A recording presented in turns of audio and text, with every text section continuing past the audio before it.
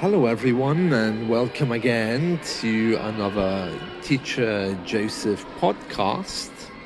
Well, today I'm standing in a shopping centre in my town, and I'm standing outside another charity shop just to give you a flavour for the different types of shops which exist here, selling second-hand items which have been donated. Now, this particular one has a lot of Halloween decorations in the window because, of course, Halloween is coming up. And looking inside, I can see lots of Christmas cards as well. The shop is called Bernardo's, which is an Italian name, but they operate a chain of orphanages here. So you might remember from the last podcast, I was talking about a particular charity which helps skin cancer patients called Deborah. This one's very different. This one's helping children.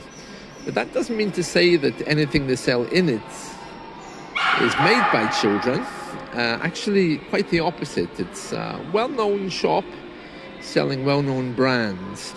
Some things like Christmas cards are actually new, but most of the stuff they sell is second-hand.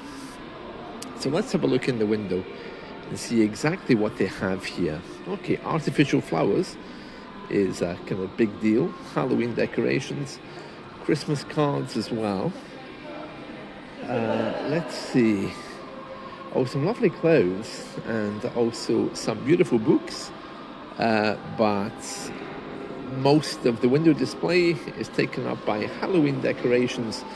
And as I was telling you last week, Halloween now is a bigger deal than Christmas is. The sign in the window here says ask in store or scan the barcode below to find out how you can help fund local services for children because they want people to help. And that's one problem that all of these charity shops have. They're very good, they raise a lot of money for charity by receiving donations, but they expect the people in these shops to work free. There are a few paid jobs, such as the manager's position, but generally speaking, they are unpaid positions. I'm outside the shop. I'm looking over at the inside of it. There's lots of books I can see, furniture, bric-a-brac, as we call it. I don't know where that phrase comes from, bric-a-brac, but bric-a-brac just means odds and ends, things for around the house. I'm also seeing lots of little, kitsch things that you wouldn't have in your house. Imitation dogs, bowls, fake porcelain elephants, things like that. Luminous masks for Halloween. There's dogs barking here as well, because these shops wouldn't be too particular if a dog is allowed in or not. A life-size statue of Frankenstein, a bone-chilling severed hand.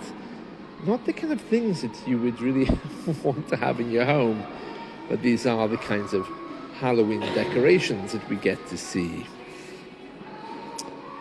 What else can I tell you? Well, I'm just wandering away from the charity shop now. This shopping centre is largely empty, with lots of shops closed and, of course, converted art galleries. And that's the way in which many of our shopping centres survive is because how can I tell you?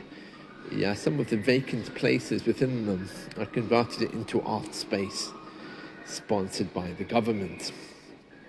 Now, I'm just at the far end of the shopping centre. There's a clothes shop, there's an art space, there's an Indian shop selling all kinds of things, there's a charity shop and a card shop, nothing of any great value, and that's important to mention. So there we are, that's it from me. Very interesting to hear and see what's happening around me.